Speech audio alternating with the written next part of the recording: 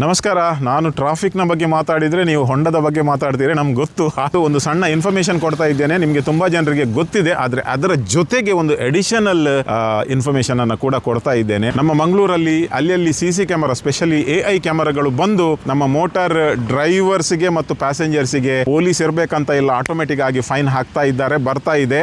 ಅದು ಒಂದು ಲೆಕ್ಕದಲ್ಲಿ ಒಂದು ಒಳ್ಳೆಯ ವಿಷಯ. ಈ ತನಕ ಡ್ರೈವರಿಗೆ ಮಾತ್ರ ಸೀಟ್ ಬೆಲ್ಟ್ ಅಂತ ಇತ್ತು, ಆದರೆ ಕಳೆದ ಕೆಲವು ತಿಂಗಳಿಂದ ಡ್ರೈವರ್ನ ನೆಕ್ಸ್ಟ್ ಪ್ಯಾಸೆಂಜರ್ ಸೀಟಲ್ಲಿ ಕೂತ್ಕೊಳ್ತಾರೆ, ಅವರು ಕೂಡ ಕಂಪಲ್ಸರಿಯಾಗಿ ಸೀಟ್ ಬೆಲ್ಟ್ ಧರಿಸಬೇಕು.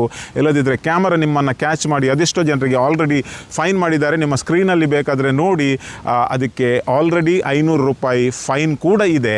ಅದರ ಜೊತೆಗೆ ನಾನು ಹೇಳಲಿಕ್ಕೆ ಬಯಸುವ ವಿಷಯ ಇಷ್ಟೇ: ನಿಮ್ಮ ಎದುರಿನ ಸೀಟಲ್ಲಿ ಕಾರಲ್ಲಿ ಕೂತ್ಕೊಳ್ಳುವಾಗ ದಯಮಾಡಿ ಒಂದು 5-6 ವರ್ಷದ ಮೇಲ್ಪಟ್ಟ ಯಾರೇ ಮಕ್ಕಳನ್ನು ಕೂತ್ಕೊಳ್ಳಿಸಲಿಕ್ಕೆ ಹೋಗಬೇಡಿ. ಅದು ಕೂಡ ಈಗ ನಿರ್ಬಂಧ ಅಂತ ನಾನು ಕೇಳ್ತಾ ಇದ್ದೇನೆ.